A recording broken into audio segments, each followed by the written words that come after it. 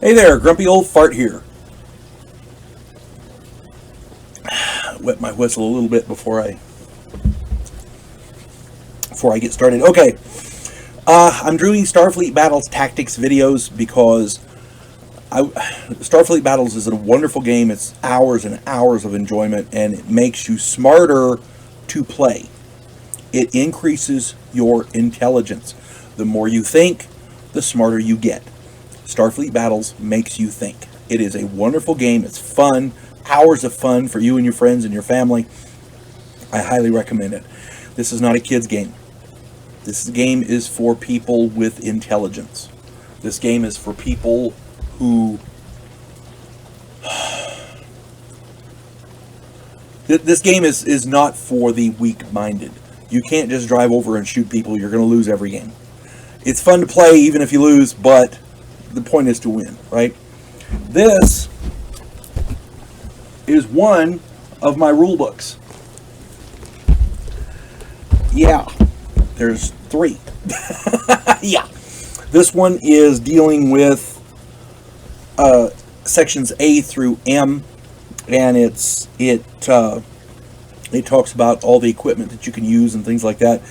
The one device that I have found that is the trickiest to use, it can be your best friend or your worst nightmare, is the cloaking device. The cloaking device is one of the most useful and trickiest pieces of equipment in the game.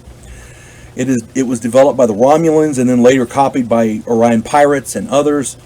Using this device is as tricky as it is working against it. If you use a cloaking device haphazardly or without careful consideration, you could literally kill your own ship.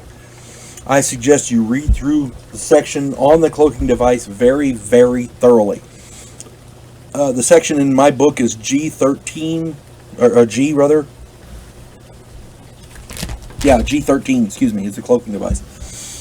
And rather than get bogged down in the minutiae of the rules, because there's a lot of them, I'm going to talk about the most important aspects as I see them. The first aspect is cloaking. The point of cloaking is to hide. That's the whole point. If you're not trying to hide, there's no reason to cloak. If you have no reason to cloak, don't do it, because it's power costly and it's tricky to use. If you want to cloak and get away, that's fine. If you want to cloak and find a better way to attack, that's fine. If you want to cloak at the beginning of the game, that's what I normally do. But my point is, the point is to hide. G13.33 is a very important section. That's G13.33. That deals with how to cloak and the procedure for cloaking, with the fade-in period and the fade-out period and blah, blah, blah. G13.33 is a very important section. Read that section twice or more. To hide, remember that speed is not your friend, except to distance yourself from your opponent prior to activating the cloaking device. The idea there, the only reason speed is good is to get as far away from your opponent as possible before you activate the cloak. The reason being, the closer you are, the easier it is for them to see you. If you're cloaked and they still know where you are and can get a lock on, the cloak is pointless. All it is a waste of power. Okay? And you can't shoot back. So, you know. The 3 factors that will help you hide the most are slow speed, the slower the better, range, you want to get as far as possible, and electronic countermeasures, the defensive electronic warfare.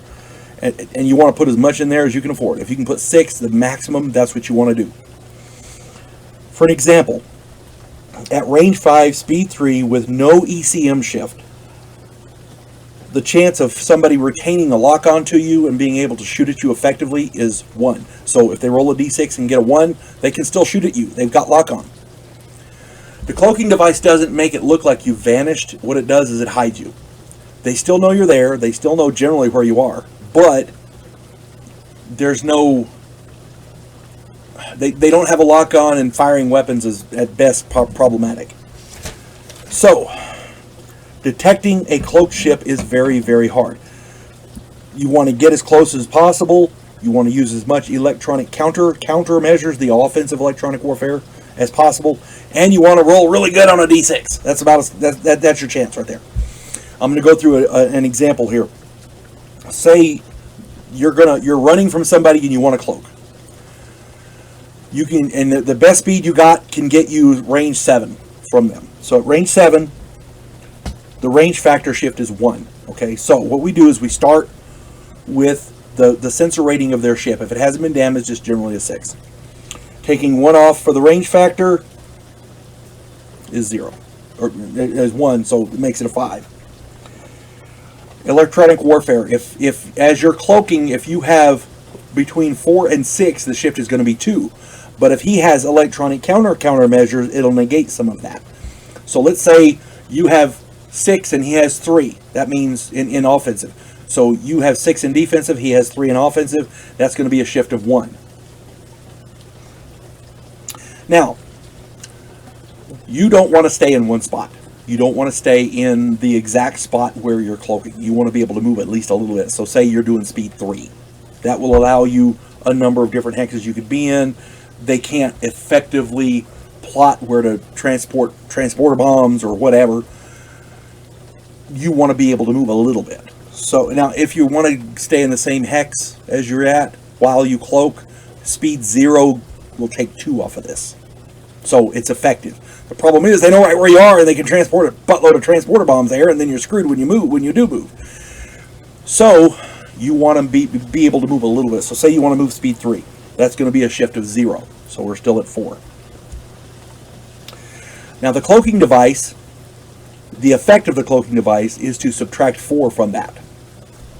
So that's still 0. They have no chance to find you to retain lock-on. That's pretty good. Okay. I was playing with my son the other day. He was running a hydrant, and I wanted to get away from this guy.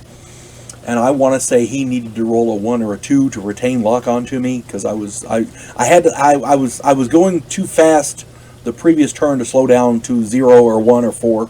So I was doing like speed 6, I think, and the speed factor adjustment was 1. And if it wasn't for that, yeah, he had to roll a 1 is what it was. Oh bugger rolled a 1 and pounded the crap out of me, and I couldn't do nothing about it. So the cloaking device can be very useful. It can also be very tricky, because while he's shooting at me, I couldn't shoot back because I was cloaked.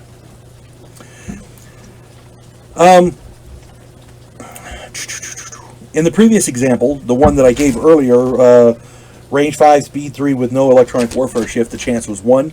Okay, now, if there was an ECCM shift of 2, so you didn't put anything in ECM, but he had 6 in ECCM, that's a shift of 2 in his favor. So that 1 becomes a 3. He now has a 50-50 chance of retaining lock-on. See what I mean? It can be very, very tricky. And there's a formula here. It's on page 229 in my book. I'm using the Doomsday Edition rules, Silver Anniversary Master Rulebook. And there's a formula you use, and all the stuff is there. All you gotta do is plug the numbers into the formula depending on the situation, and it tells you the chance, the probability of retaining lock-on listed as P in the thing. So, as a matter of fact, I can show that to you right quick.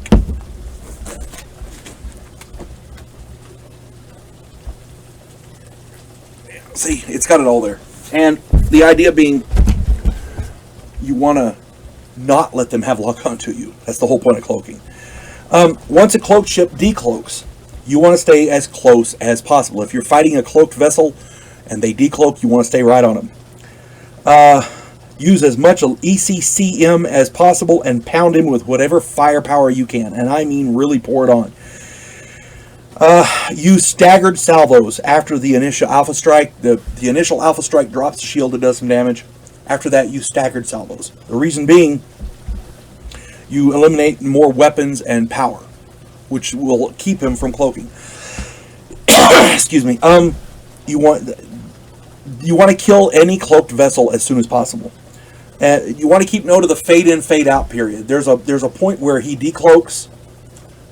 There's 5 impulses that you can pound the crap out of him and he can't shoot back. Okay.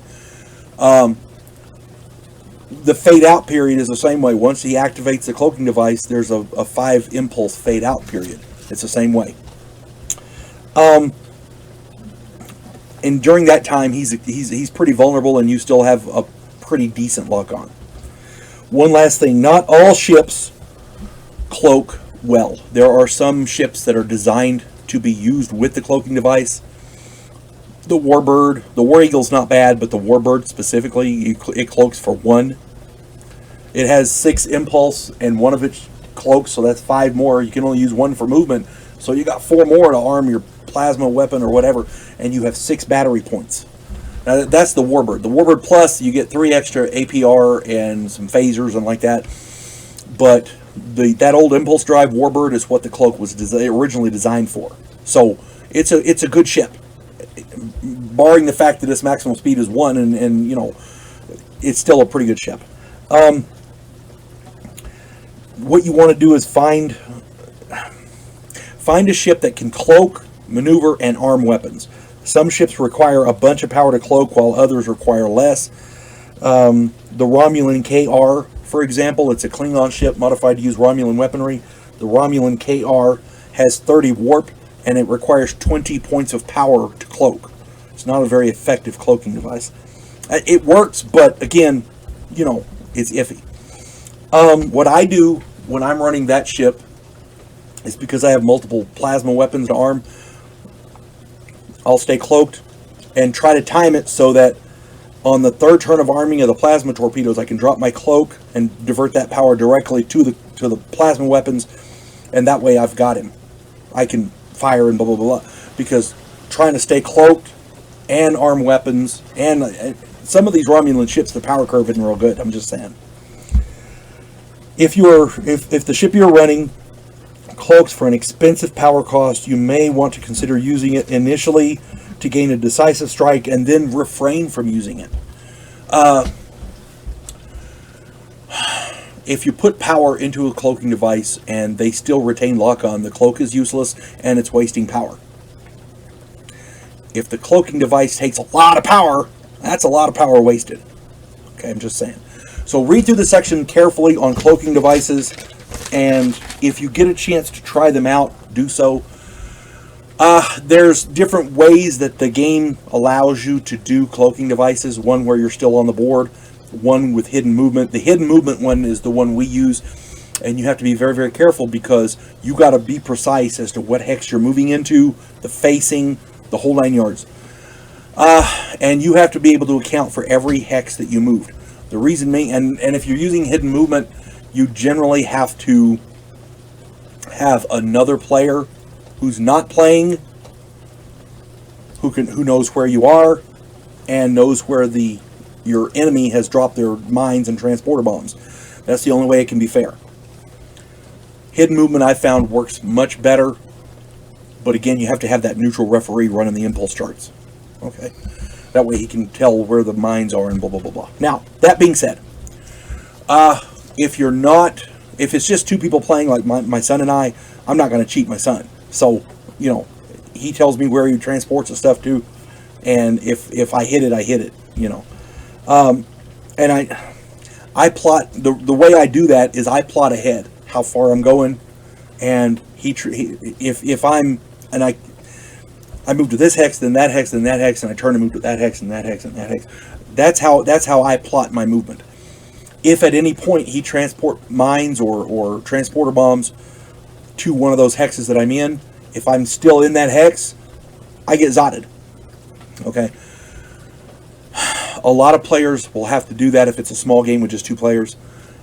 If you're having a big game with a lot of players, you're going to need that neutral referee. That's all I'm saying.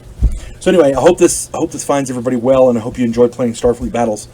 You folks have a good day. God bless one and all.